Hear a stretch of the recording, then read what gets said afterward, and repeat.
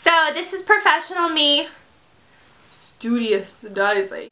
So I guess these tips really apply for college students because in high school getting good grades wasn't that hard, but then again I went to a public high school, so I guess a little bit different. But this could apply to anyone in high school, middle school, elementary school, and college and grad school maybe. I don't know because I didn't go to grad school.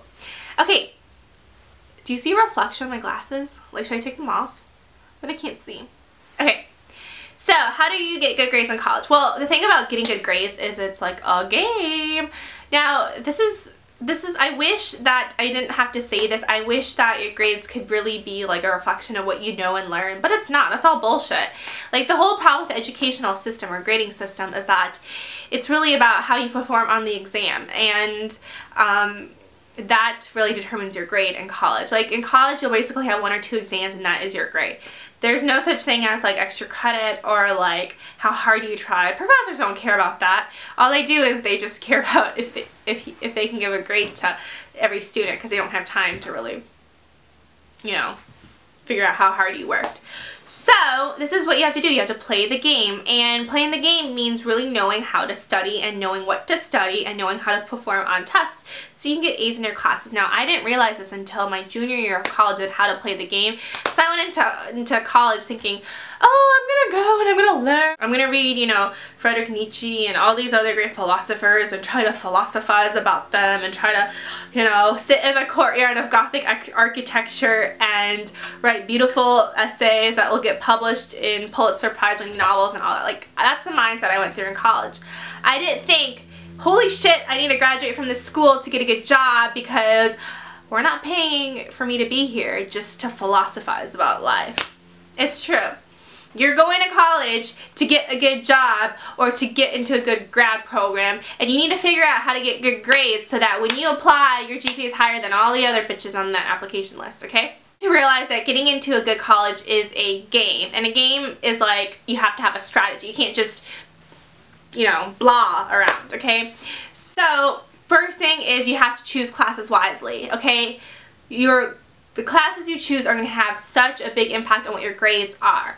Now, it's really sad, but when you apply to different programs, when they ask for your GPA, they're not going to look and to see like, oh, how your professors grade things, you know? When I was a freshman, I chose this really hard econ class with this really terrible professor who gave everyone C's in the class. And for some reason I stuck with that professor and I didn't drop the class, and I should have, and that is why my transcript in the first year wasn't very good. You have to find professors who are fair graders, who give out easy A's. Like, I'm not saying like easy A's, but you have to get professors who are fair graders, because there's some professors who just have something up their butt and they'll just give you bad grades no matter what you do. So really try to find those professors that will give good grades depending on, like, you know, like they'll be fair graders. So figuring this out means going on ratemyprofessors.com. I think that's a pretty good site, but also just asking upperclassmen or just friends who've taken classes whether, you know, the grading is fair or not, and if it's easy to get A's and whatnot, or asking them for a syllabus of the class. Now, if you're looking into signing up for classes or whatever, email the professor and look at their syllabus, look and see how they grade things, you know, and see if that is actually consistent with your learning style. You know, some people are really, really great at writing papers, and so if 90% of your class grade is from papers, then that's great, take that class. But if 90% is just an exam, then you might not want to take that class if you're not a very good test taker, you know. So kind of figure out how the class is being graded and if that is, you know, consistent with your learning style, and then also see from other people if it's hard to get an A. I mean, if people say, oh my god, like nobody got an A in that class, then don't take that class. I used to want to be like, no, I'm the one getting an A in that class, and then finals week I'm like, oh shit, not getting an A. So just make sure you choose your classes wise. Second thing is, make sure you study for what is on the exam. Now, I hate to say it, but it's, again, a game, it's a strategy. The exam doesn't test how much you know, it tests how much you can study for that exam, or how well you studied for that particular exam.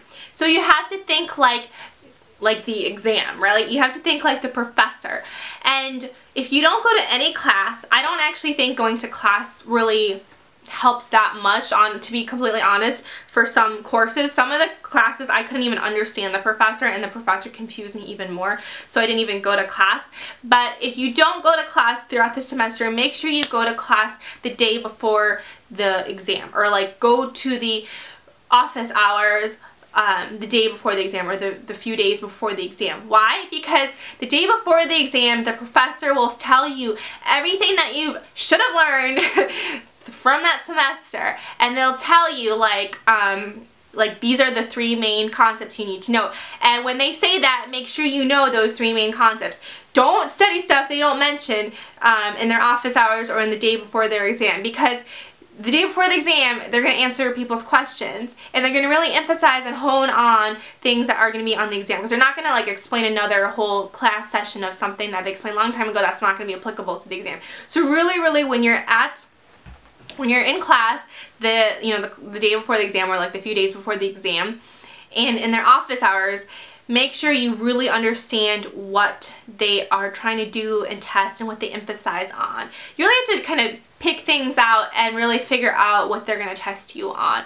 Study all the stuff they talk about in the review session, and then if you have time, study extra stuff, but don't study extra stuff before you study the stuff in the review session. Always go to review sessions. Always. You cannot go to class, and if you just go to a review session, you can still do well on the exam, which is kind of weird, but I realize that professors, in their review sessions, they will tell you really what's on the exam, and you have to study that. And although it might not be exactly, like the exam might not be exactly what they said was on the review session, it'll still apply the same concepts that they talked about in the review sessions. So make sure you really understand what they're talking about in the review sessions. Okay, so that tip is, make sure you go to class before a big exam, and make sure you go to review sessions and office hours days before the exam. Next thing is find good TAs. Now, for me, I studied econ, so there was like 10 TAs for each econ class. There's a lot of TAs. So you got your variety of TAs. And the trick about TAs is you really should find one that is good at teaching. Now, the thing about college professors is a lot of times they're brought in because they like discovered like the answer to life, and they have tenure therefore at that college. Sometimes they don't really know how to teach, or they don't know how to speak English sometimes. So, or they don't have social skills. I've met a lot of professors who don't have social skills. Why are you so stupid? Who really can understand, find a TA who can really like speak to you. I found a few good TAs when I was in school who could explain things the way I learned. And what I realized about my learning style and learning ability is I am a huge high level person, which means I like to really understand things from a broad perspective before going into the details. Because when I go into the details, I get lost and I'm like, what is the point of learning all this?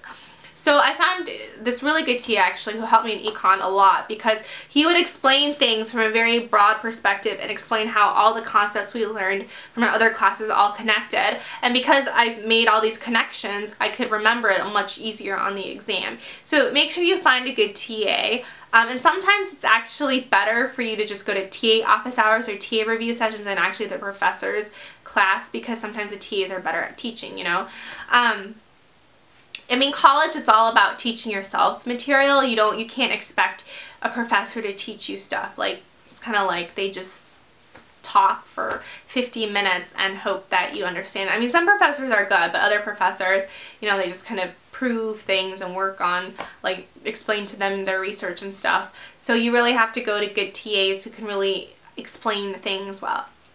Another study tip is find people who explain things well and study with them, okay? Or just study with people. I actually do really well studying with people, because when you study with someone, you are forced to listen to someone else's explanation of the same material, but maybe their explanation makes more sense, or maybe they bring in connections that you hadn't thought of before. And when you can converse with someone about a topic, then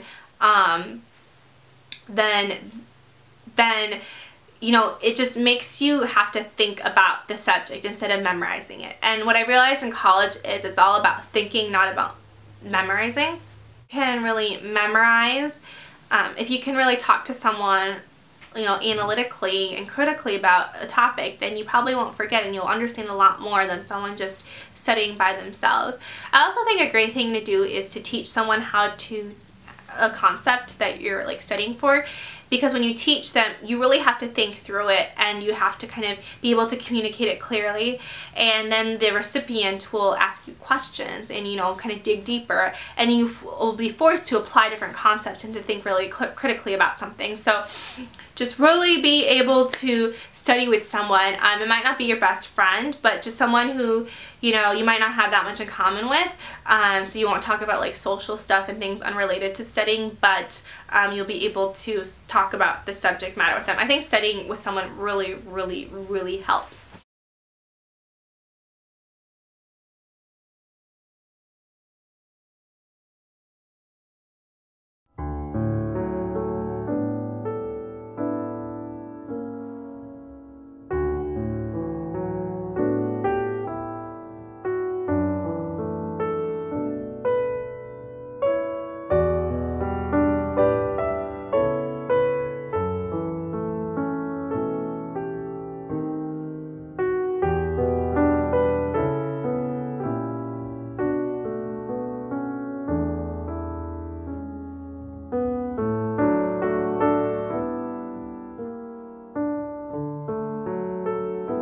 Thank you guys so much for watching. If you like the video, please thumbs up it. Thumbs up, thumbs up. And also don't forget to subscribe here. And if you want to share it with your friends and family and all your great followers, please share it on Facebook and tweet it out. And until then, I'll see you guys next time. Bye, my perfect beauty. I'll see you later.